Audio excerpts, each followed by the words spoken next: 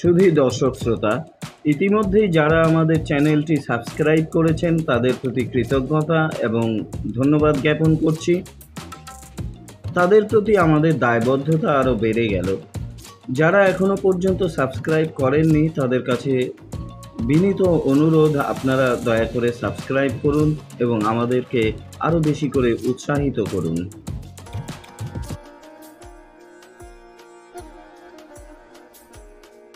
শুধুই দর্শক শ্রোতা, আমাদের এই চ্যানেলটিতে আমরা নিয়মিত বাংলা সাহিত্যের বিভিন্ন কালজয়ী সৃষ্টি আপনাদেরকে পড়ে শোনাব। আপনারা দয়া করে আমাদের এই চ্যানেলটি সাবস্ক্রাইব করুন এবং বেল আইকনটিতে চাপ দিয়ে রাখুন, যাতে করে আমাদের নতুন পরিবেশনার সংবাদ আপনাদের নিকট পৌঁছে যায়। দয়া করে চ্যানেলটি সাবস্ক্রাইব করুন। ধন্যবাদ। বাংলা সাহিত্যের স্তম্ভ বলে ধরা হয় যে কজন সাহিত্যিককে, মানিক বন্দ্যোপাধ্যায় তাঁদের মধ্যে অন্যতম। মাত্র 48 বছরের জীবন এবং 28 বছরের সাহিত্য জীবনের মধ্যে তিনি আমাদের দিয়ে গেছেন 39টি উপন্যাস, 260টিরও বেশি ছোট গল্প এবং কবিতা, প্রবন্ধ, চিঠিপত্রের বিপুল সম্ভার। তাঁর অনুপম লেখনী গুণে সমস্তই হয়ে উঠেছে বাংলা সাহিত্যের অমূল্য সম্পদ। প্রায় সব রচনাই অতুলনীয় এবং কালোত্তীর্ণ। তেমনি একটি অনুপম সৃষ্টি নিয়ে হাজির হয়েছি আপনাদের সামনে। হ্যাঁ, মানিক বন্দ্যোপাধ্যায়ের কালজয়ী উপন্যাস পদ্মা নদীর মাঝি আপনাদের আমি ধারাবাহিকভাবে পড়ে শোনাব। প্রতিটি পর্বের নোটিফিকেশন পেতে দয়া করে আমাদের গল্প গেলা গোগ্রাসে চ্যানেলটি সাবস্ক্রাইব করুন এবং বেল আইকনে চাপ দিয়ে অল সিলেক্ট করুন। শুধু দর্শক শ্রোতা, আজ আমি আপনাদের জন্য নিয়ে এসেছি মানিক বন্দ্যোপাধ্যায়ের উপন্যাস পদ্মা নদীর মাঝি এর 8ম পর্ব। তাহলে শুরু করা যাক পদ্মা নদীর মাঝি পর্ব 8। ইলিশের মরশুম শেষ হয়ে গেল। ধনঞ্জয়ের 3টি নৌকা ইলিশ মাছ ধরার কাজে লাগানো হয়েছিল। একটিতে থাকতো সে নিজে, অন্য দুটিতে তার 2 ছেলে। আশ্বিনের ঝড়ে একটি নৌকা ভেঙে গিয়েছে। এবারে একটি নৌকা সে রাখলো মাছ ধরার জন্যে, অন্যটি লাগানো হলো ভাড়া খাটবার কাজে।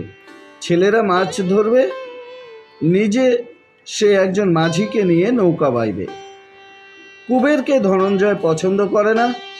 গণেশকে সে তার নৌকার মাঝি হতে বলল, কিন্তু গণেশ কিনা বোকা, সে গেল পরামর্শ জিজ্ঞাসা করতে কুবেরের কাছে।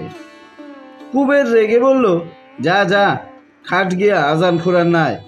আমারে জিজ্ঞাস কেন? আজান খুরা বেশি আপনার না তোর? কুবের অনুমোদন না করলে তা হবার নয়। গণেশ ধনঞ্জয়কে বলে আসলো তার নৌকায় একা সে মাঝির কাজ করবে না। কুবের যদি করে তবেই সে করবে, নতুবা নয়। শুনে ধনঞ্জয় বলল, যা মর গিয়া তবে 50 জনা মাঝি রাখুম, কলের জাহাজ পাইছস না? গণেশ তা জানে না। চিরদিন সে কুবেরের কথায় নির্ভর করে এসেছে। কলের জাহাজ হোক আর ছোট পানসি হোক, কুবের যেখানে নেই গণেশও সেখানে নেই। কুবেরের দাওয়ায় বসে সে নিশ্চিন্ত মনে তামাক টানতে লাগলো, আর কুবের গম্ভীর চিন্তিত মুখে ভাবতে লাগলো এবার কি করবে। মাঝিগিরি সে করবে সন্দেহ নেই, তবু গম্ভীর চিন্তিত মুখে অন্য কিছু করা যায় কিনা ভাবতে কুবের চিরদিন বড় ভালোবাসে। কপিলা চলে যাওয়ার পর ক্রমে ক্রমে কুবেরের অভাব বেড়েছে। ঘরের লক্ষ্মী যেন চলে গিয়েছে কপিলার সঙ্গে। পরিপূর্ণভাবে ক্ষুধার নিবৃত্তি আর হচ্ছে না। সময়টা পর্যন্ত পড়েছে খারাপ। জিনিসপত্রের দাম চড়ে গিয়েছে। বর্ষায় একটা ফসল নষ্ট হয়েছিল।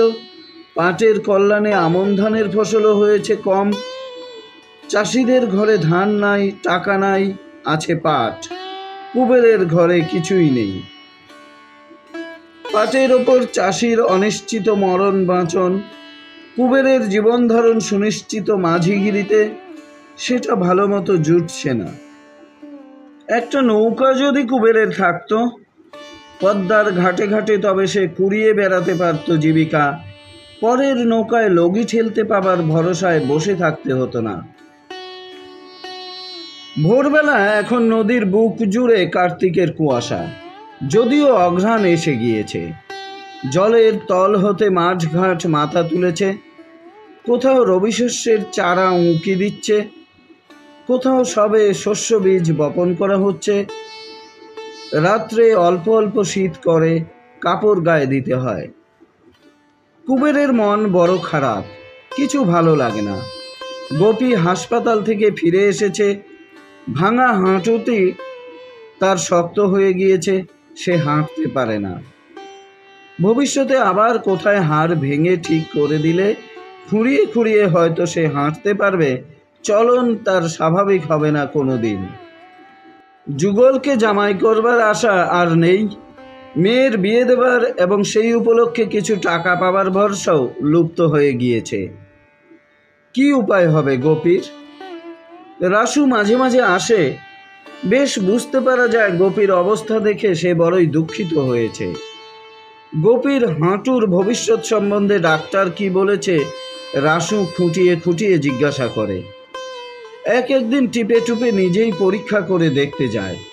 কি সন্তর্পণে সে যে স্পর্শ করে গোপীর হাঁটু। মালা হঠাৎ রাসুকে বড় খাতির করতে আরম্ভ করেছে। যুগল অবস্থাপন্ন লোক, গোপীর দিকে আর সে ফিরেও চাইবে না। চালচুলোহীন রাসু হয়তো গোপীকে গ্রহণ করতে পারে। বড় দোটানায় পড়েছে রাসু। আজ সে চাইলেই গোপীকে পায়, 1 পয়সা পণও তাকে দিতে হবে না। কিন্তু সে কি এই গোপীকে চেয়েছিল, এই পঙ্গু মেয়েটাকে? খোড়া মালাকে নিয়ে কুবের সংসার পেতেছে, অসুখী কুবের নয়। দারিদ্র্যের পীড়নে সে কষ্ট পায় বটে, কিন্তু পারিবারিক জীবনটি তার কামনা করবার মতো। গোপীকে নিয়ে হয়তো সে এমনি সুখের সংসারই পেতে বসতে পারবে। তবু মনটা খুঁতখুত করে রাসুর। খোড়া বউ, হয়তো জীবনে কোনোদিন সে উঠে দাঁড়াতে পারবে না। যদিও পারে, লাঠি ধরে খুঁড়িয়ে খুঁড়িয়ে হাঁটবে। পায়ের পঙ্গুত্বের জন্য দেহের হয়তো তার পুষ্টি হবে না, চিরকাল কুৎসিত দেখাবে তাকে। শেষ পর্যন্ত গোপীর পায়ের অবস্থাটা কি দাঁড়ায় দেখে কর্তব্য নির্ণয় করার জন্য প্রতীক্ষা করাও বিপজ্জনক। হাসপাতালের ডাক্তার যদি পাটিকে ঠিক আগের মতো করে দেয়, মরা মানুষ মরা চায় ডাক্তার। কত ওষুধ, কত যন্ত্রপাতি ডাক্তারের, একটা ভাঙা পা ঠিক করে দেওয়া তার পক্ষে কঠিন নয়। তখন রাসুকে কি আর কুবের জামাই করতে চাইবে? আফসোস করে মরতে হবে রাসুকে তখন। সাইরা যাইব কয়নাই ডাক্তার? রাসু জিজ্ঞাসা করে। কুবের জবাব দেয়। কিন্তু এ কথা রাসু বিশ্বাস করতে পারে না। গোপীর পা যে কিছুদিনের মধ্যে ঠিক হয়ে যাবে, রাসুকে তা বিশ্বাস করাতে এত বেশি আগ্রহ দেখায় কুবের যে রাসু সন্দিগ্ধ হয়ে ওঠে। হঠাৎ একদিন সে করে কি, চলে যায় আমিন বাড়ি। হাসপাতালে গিয়ে জিজ্ঞাসাবাদ করে, বলে যে সে গোপীর আত্মীয়। কোনো মতে কি গোপীর পাটি আগের মতো করে দেওয়া যায় না? ডাক্তারের সামনে হাত জোর করে সে দাঁড়িয়ে থাকে।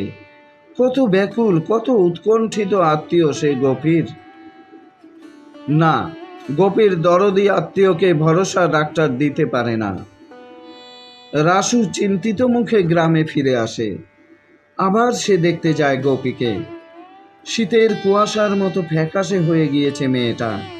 শীর্ণ রোগা মুখখানাতে জলজল করছে দুটা চোখ। একটা খড়ের পুঁটুলির ওপর ভাঙা পাটি রেখে এলিয়ে পড়ে আছে বিছানায়। রাসু মমতা বোধ করে। ময়নাদ্বীপে একে একে স্ত্রী পুত্রকে হারিয়ে যে নিষ্ঠুর বেদনায় বুক তার দীর্ণ হয়ে গিয়েছিল, তেমন বেদনা লক্ষ স্ত্রী পুত্রকে হারিয়েও আর সে কোনোদিন অনুভব করবে না। গোপীর ভাঙা পাখানা দেখলে মনটা শুধু কেমন করে ওঠে। একদিন সকালে হোসেন মিয়া কুবেরের বাড়ি আসলো। মৃদু মৃদু হেসে জিজ্ঞাসা করলো, কাম মিলে নাই কুবের ভাই? কুবের মাথা নেড়ে বলল, না। হোসেন বলল, জান দিয়া তোমাকে দরদ করি, কেমনি ভালো করুম তোমাকে হুঁশ থুই কুবের ভাই, কাম করবা আমার লাই। মনে মনে কুবের ভয় পেল। কি মতলব করেছে হোসেন মিয়া? যেচে কাজ দিতে চায় কেন? হোসেন মিয়ার উপকার গ্রহণ করলে শেষ পর্যন্ত মঙ্গল নেই, কুবের তা ভালো করেই জানে। কোন স্বার্থ সাধবার জন্য কবে কাকে হোসেন মিয়ার প্রয়োজন হয় তাই শুধু কেউ জানতে পারে না। কুবের একবার ভাবল, না, হোসেন মিয়ার নৌকা সে কাজ করবে না, কিন্তু এ কথা বলা যায় না। লোকটার মৃদু হাসি ভরা মুখের দিকে চেয়ে যত ভয় করে কুবেরের, সেই ভয়ের তাড়নাতে ওকেই যেন জড়িয়ে ধরবার প্রয়োজন তত বাড়ে। তাছাড়া আজ পর্যন্ত ক্ষতি সে কিছুই তার করেনি, বরং উপকার করেছে অনেক। কুবের জোর করে আগ্রহ দেখিয়ে বলল, হোসেন মিয়ার নৌকায় কাজ পেলে সে বর্তে যায়। সে যেন জানতো না কুবের রাজি হবে, এমনিভাবে হোসেন খুশি হয়ে গেল। মানুষ বশ করার কত কায়দাই লোকটা জানে। কি কাজ করতে হবে কুবেরকে, কি সে পাবে, এসব কথা কিছুই উঠল না। হোসেন শুধু বলল, মাঝে মাঝে 10-15 দিনের জন্যে কুবেরকে বাড়ি ঘর ছাড়িয়া যাইতে হইবে পদ্মার দূরতম বন্দরে, যেখানে যেখানে হোসেন মিয়ার বাণিজ্য আছে। কিসের বাণিজ্য হোসেন মিয়ার? কে তা জানে? কে সে প্রশ্ন করবে? কুবের শুধু সায় দিয়ে গেল, তার আপত্তি নেই। সপরিবারে ময়নাদ্বীপ যাওয়া ছাড়া যেখানে যেতে বলুক কুবের সেখানেই যাবে, যা করতে বলুক তাই করবে, প্রতিদানে জীবিকা পেলেই হলো। গণেশের কথাটা কুবেরের মনে পড়ছিল। তার জন্য ধনঞ্জয়ের নৌকায় একা সে কাজ নেয়নি। আজ গণেশকে ফেলে হোসেন মিয়ার নৌকায় কাজ নেওয়া কি তার উচিত হবে? কুবের উসখুস করে। গণেশের কথাটা বলতে গিয়ে মুখে আটকে যায়। বন্ধুত্ব বজায় রাখতে গিয়ে যদি তার নিজের কাজটা ফসকে যায়। তাছাড়া তার সঙ্গে গণেশও হোসেন মিয়ার খপ্পরে এসে পড়বে, এটা কুবেরের ভালো লাগছিল না। তবু গণেশের একটা উপায় হওয়া চাই। ঢোক গেলে কুবের জিজ্ঞেস করলো, গণেশকে নিতে পারে না হোসেন মিয়া? গণেশ বলবান, পাকা মাঝি গণেশ। বুদ্ধিটা একটু ভোঁতা বটে, কিন্তু জেলে পাড়ায় ওর মতো লগি ঠেলতে, দাঁড় টানতে আর কেউ পারে না।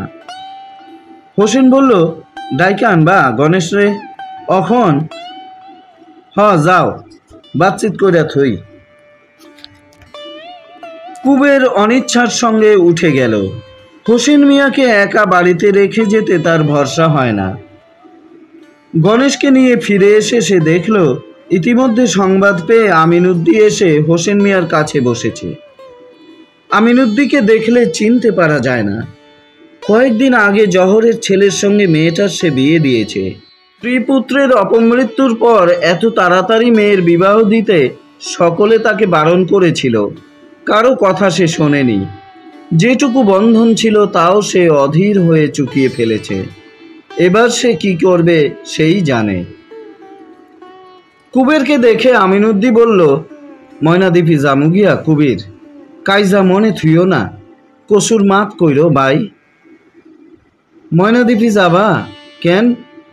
কই যামু না তো। কুবের ও গণেশ অভিভূত হয়ে আমিনুদ্দির দিকে চেয়ে রইল। সকলকে হারিয়ে রাসু একদিন ময়নাদ্বীপ থেকে ফিরে এসেছিল। এখানে সকলকে হারিয়ে আমিনুদ্দি আজ ময়নাদ্বীপে যাচ্ছে। আমিনুদ্দিকে ওখানে নেওয়ার জন্য হোসেন অনেক দিন থেকে চেষ্টা করছিল। এতদিনে তার মনস্কামনা পূর্ণ হলো। হোসেনের কোনো ইচ্ছা কি অপূর্ণ থাকবার নয়? ভয়ে তারা হোসেন মিয়ার দিকে তাকাতে পারে না। মনে হয় আশ্বিনের ঝড় নয়, হোসেন মিয়াই আম গাছ ফেলে আমিনুদ্দির কুটিরখানি চূর্ণ করে দিয়েছে।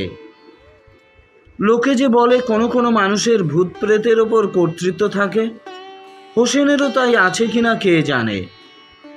একদিন রাত্রে সে যে হোসেন মিয়ার পকেট থেকে পয়সা চুরি করেছিল সে কথা মনে করে কুবেরের বুকের মধ্যে ঢিপ ঢিপ করতে থাকে। এমন অলৌকিক শক্তি যার, সে কি টের পায়নি চুরির কথা? ঘরের চালা হয়তো নয়, হয়তো হোসেনের পোষ মানা অন্ধকারের অশরীরী শক্তি সেদিন গোপীর হাঁটু ভেঙে দিয়েছিল। বাড়ি ছিল না বলেই কুবের সেদিন বেঁচে গিয়েছিল নিজে। মেঘলা অমাবস্যার অন্ধকারের মতো অতল কুসংস্কার না রাখে কিছুক্ষণের জন্য কুবেরের মনকে আচ্ছন্ন করে রাখে।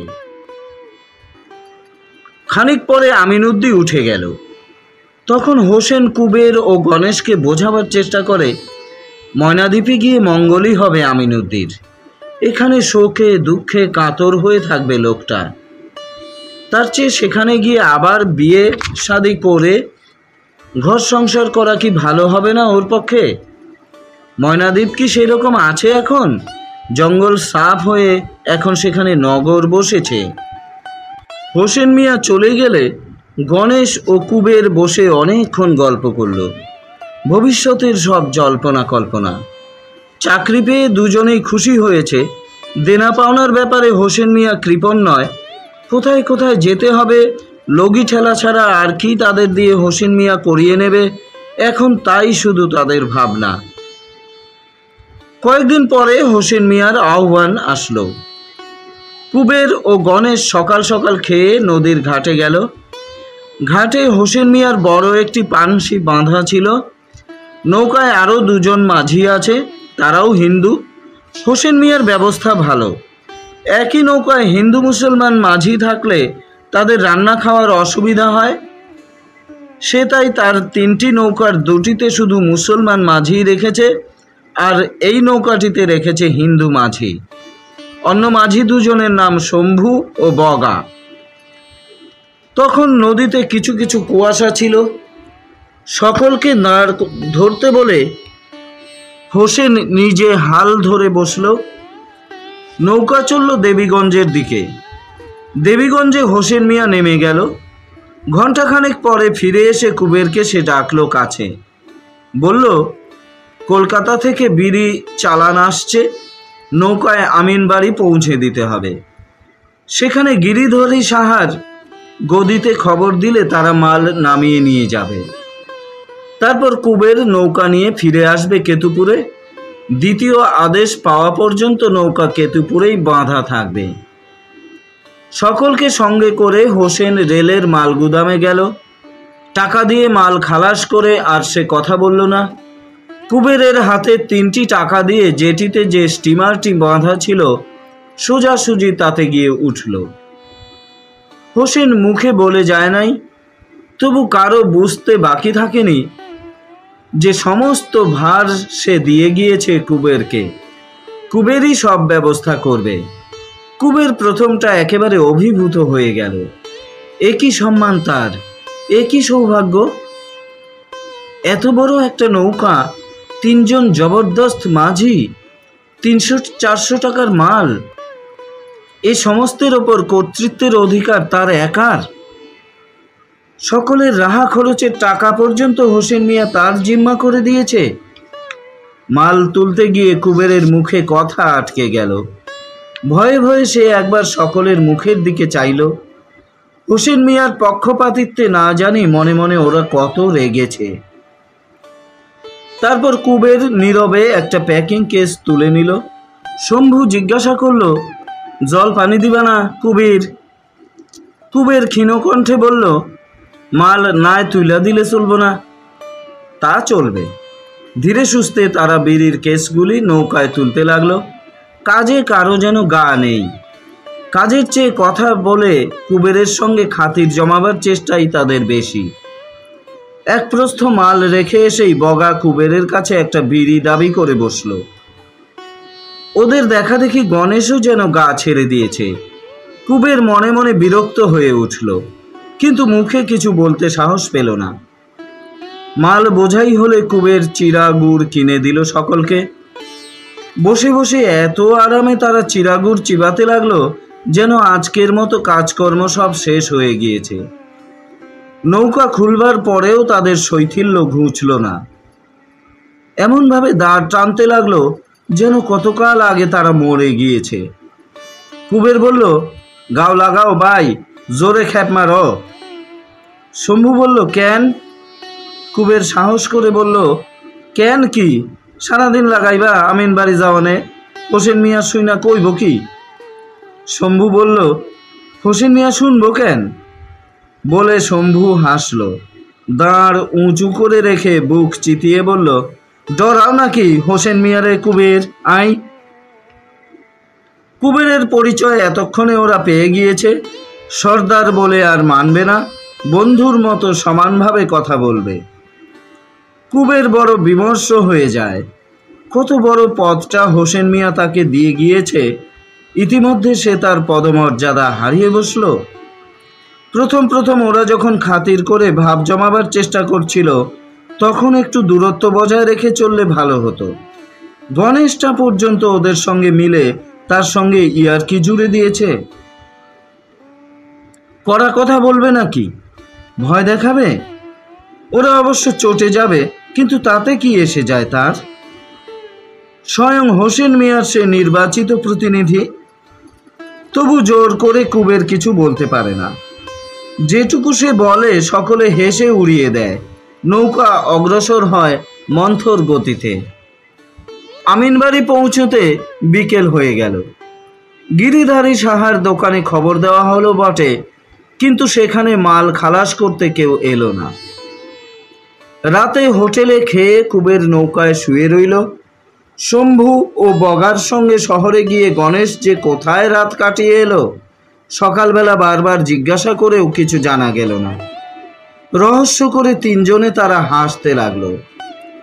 মনে মনে বড় রেগে গেল কুবের। এ কি তামাশা জুড়েছে গণেশ তার সঙ্গে?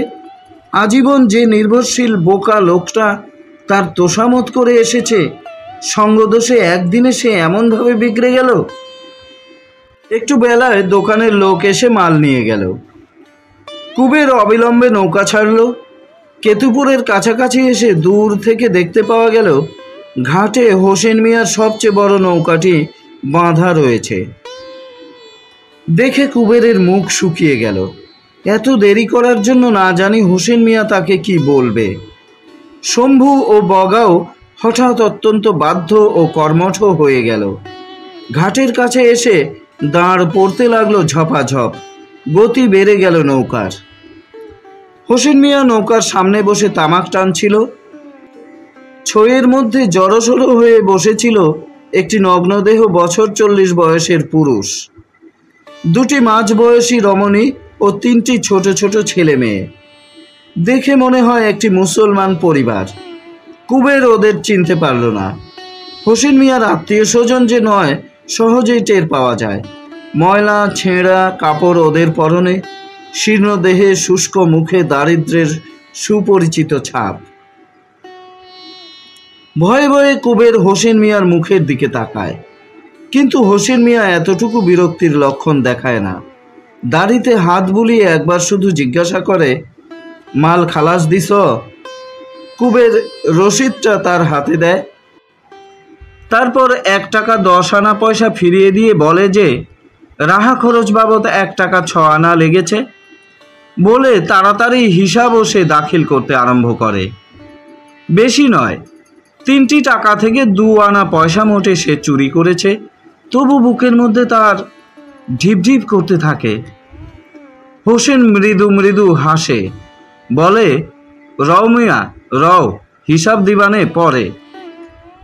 সেদিন ছুটি, পরদিন আবার পাড়ি দিতে হবে। এবার কাছাকাছি কোথাও নয়, একেবারে সেই চাঁদপুর ছাড়িয়ে মেঘনার মোহনার দিকে। গন্তব্যস্থানটি ঠিক কোথায় হোসেন ভেঙে বলল না। কুবেরের প্রশ্নে মৃদু মৃদু হেসে জবাব দিল, ব্যস্ততা কিসের? চাঁদপুর গিয়ে কুবের নোঙ্গর ফেলুক, ঠিক সময় সেখানে হাজির হয়ে হোসেন স্বয়ং নৌকার ভার নেবে, বলে দেবে কোন পথে নৌকা চলবে, কোথায় গিয়ে শেষ হবে যাত্রা। এবার মাল নয়, মানুষ যাত্রী। হোসেনের নৌকায় যে মুসলমান পরিবারটি এসেছে তারা। কুবের ও গণেশ কতদিনে বাড়ি ফিরতে পারবে বলা যায় না। বাড়িতে রাহা খরচ দিয়ে যাওয়ার জন্য হোসেন দুজনকে 5টি করে টাকা দিল। বাড়ির পথে গণেশের সঙ্গে কুবের কথা বলল না। বড় সে চটেছে গণেশের ওপর। গণেশ সঙ্গে সঙ্গে চলে, এ কথা সে কথা বলে। কুবের নীরব হয়ে থাকে, মুখ ফিরিয়ে চেয়েও দেখে না। গণেশের কিনা মোটা বুদ্ধি। কুবের যে রেগেছে এটা সে টের পেল একেবারে বাড়ির কাছাকাছি গিয়ে। টের পাওয়া মাত্র সে বিবর্ণ হয়ে বলল, গোসা করছো নাকি কুবিরদা? কুবের বলল, যা যা বাড়ির যা, বাজে বকস কেন? বলে সে হনহন করে এগিয়ে গেল। গণেশ ক্ষুধার তাড়নায় তখনকার মতো বাড়ি গেল বটে, ভাতটি খেয়েই সে আবার হাজির হলো কুবেরের বাড়িতে। কুবের কথা কয় না, চেয়েও দেখে না। গণেশ ভেবেচিন্তে তামাক সেজে নিজে দুটো একটা টান দিয়েই কুবেরের দিকে বাড়িয়ে দিল। বলল, ধরো কুবিরদা। কুবের হুঁকা গ্রহণ করল, তবু সে কথা বলল না। বিপদে পড়ে গণেশ প্রায় কাঁদো কাঁদো হয়ে বলল, কি বা করো কুবিরদা? আই জামু গিয়া কইলাম, আর আমু না। তখন তাকে ক্ষমা করে কুবের জিজ্ঞাসা করল, কাল রাইতে কইছিলি? প্রশ্ন শুনেই গণেশ হেসে ফেলল, ফিসফিস করে বলল, বাইক্কা মাইয়া কুবিরদা, কিবা গীত কয়।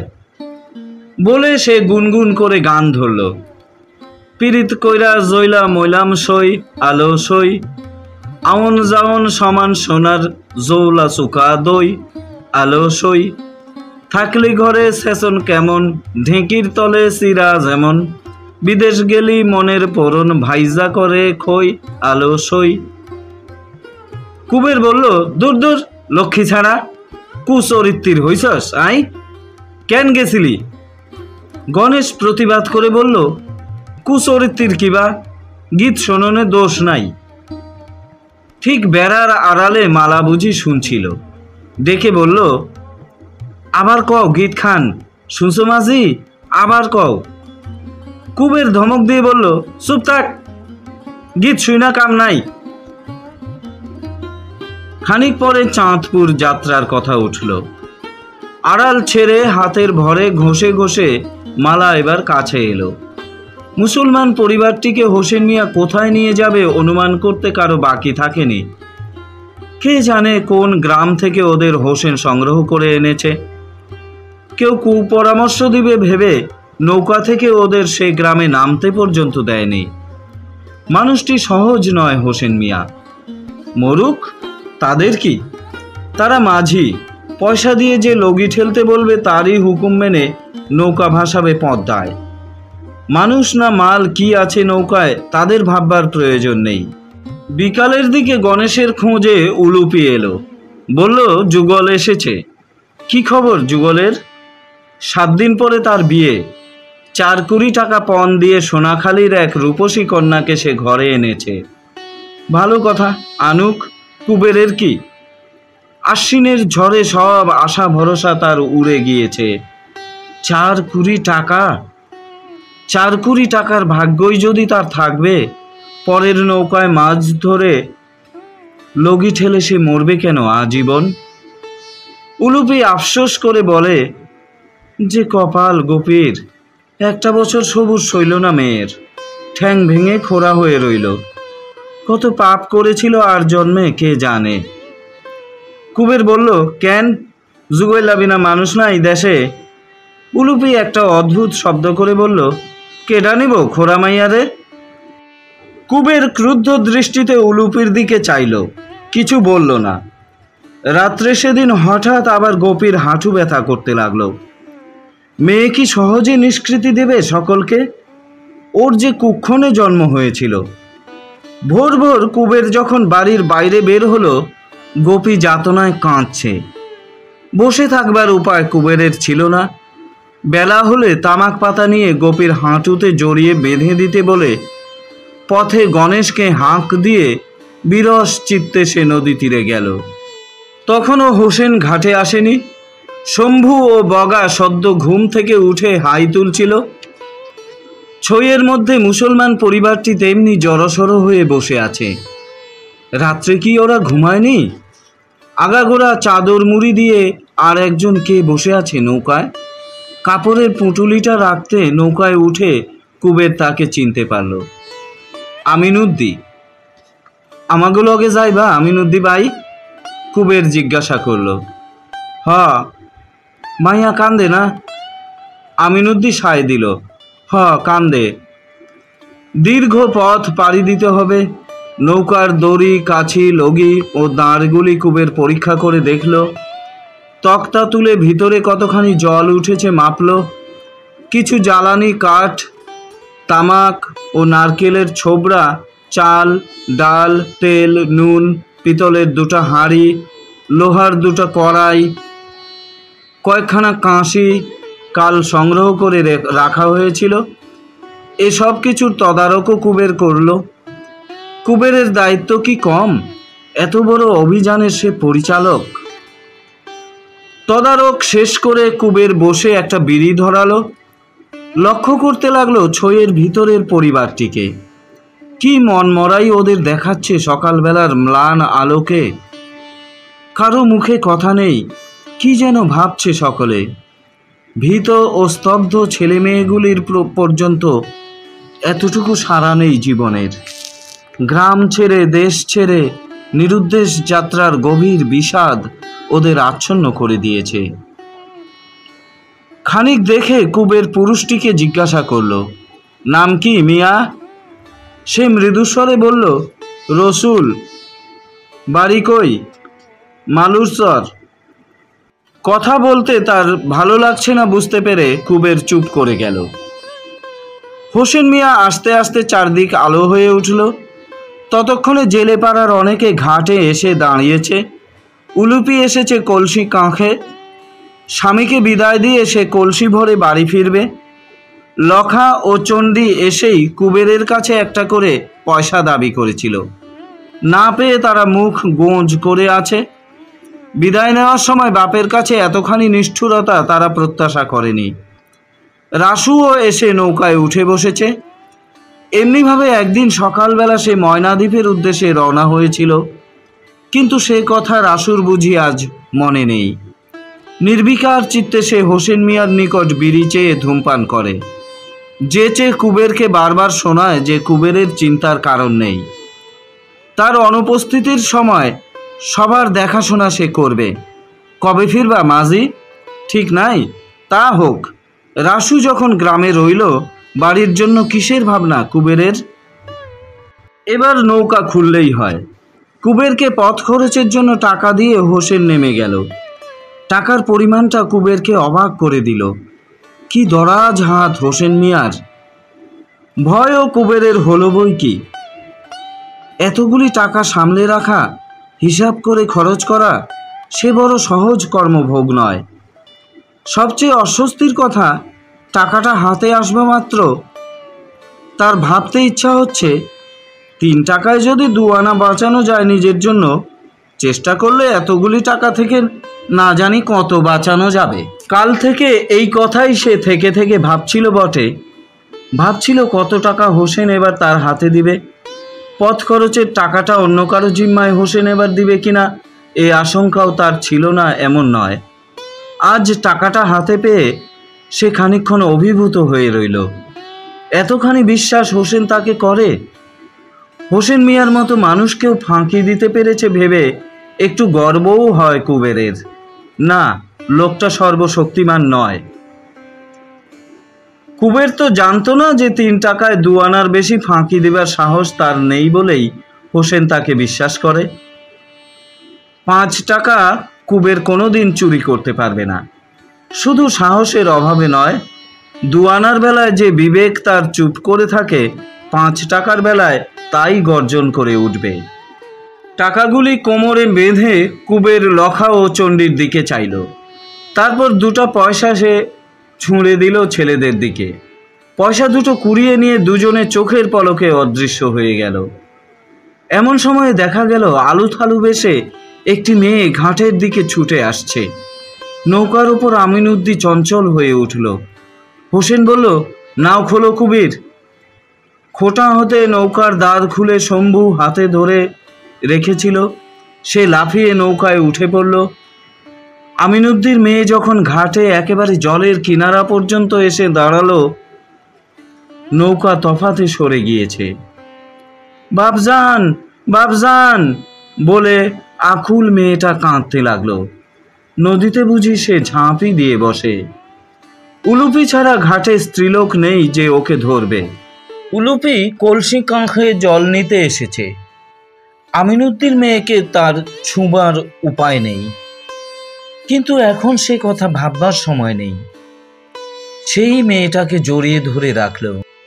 আমিনুদ্দিন হেঁকে হেঁকে মেয়েকে বলতে লাগলো, সে ফিরে আসবে, দুদিন পরে নিশ্চয় ফিরে আসবে। মৃদু মৃদু বাতাস বইছিল। শম্ভু ও বগা বাদাম তুলে দিল। তারপর কেতুপুরের ঘাট দূর থেকে দূরে অদৃশ্য হয়ে সরে গেল। কুবের আমিনুদ্দির কাছে এসে বলল, মাইয়ারে কই আসো নাই? আমিনুদ্দি মাথা নাড়ল। কাওয়াচিলা পাখিগুলি ক্রমাগত জলে ঝাঁপিয়ে পড়ছে। বকেরা এখন একক শিকারী, সন্ধ্যায় ঝাঁক বাঁধবে। স্টিমার, নৌকা, ভাসমান কচুরিপানা, আকাশের পাখি ও মেঘ সব ভেসে চলেছে। তীরের দিকে চেয়ে মনে হয় জলের সীমায় মাটির তীরভূমিও বুঝি লঘু গতিতে চলেছে পেছনে। তবু নদী ছাড়া সবই বাহুল্য। আকাশের রঙিন মেঘ ও ভাসমান পাখি, ভাঙন ধরা তীরে শুভ্র কাশ ও শ্যামল তরু, নদীর বুকে জীবনের সঞ্চালন, এসব কিছুই যদি না থাকে, তবু এই বিশাল একাভিমুখী জলস্রোতকে পদ্মার মাঝি ভালোবাসবে সারা জীবন। মানবী প্রিয়ার যৌবন চলে যায়, পদ্মা তো চির যৌবনা। বৈচিত্র্য কি তার প্রয়োজন? নতুন পৃথিবী কে খোঁজে? কে চায় পদ্মার রূপের পরিবর্তন, শুধু ভেসে চলার অতিরিক্ত মোহ? প্রিয় দর্শক শ্রোতা, মানিক বন্দ্যোপাধ্যায়ের পদ্মা নদীর মাঝি উপন্যাসের এই পর্বটি এখানেই সমাপ্ত করছি। আবার আগামী পর্ব নিয়ে অচিরেই আপনাদের সামনে হাজির হব। ততক্ষণ পর্যন্ত আপনারা সবাই সুস্থ থাকুন, ভালো থাকুন, চলতে থাকুক গল্প গেলা গো গ্রাসে। শুধুই দর্শক শ্রোতা, বিদায় নেবার আগে আপনাদের কাছে একটি আবদার, দয়া করে আমাদের চ্যানেলটি সাবস্ক্রাইব করুন। ধন্যবাদ।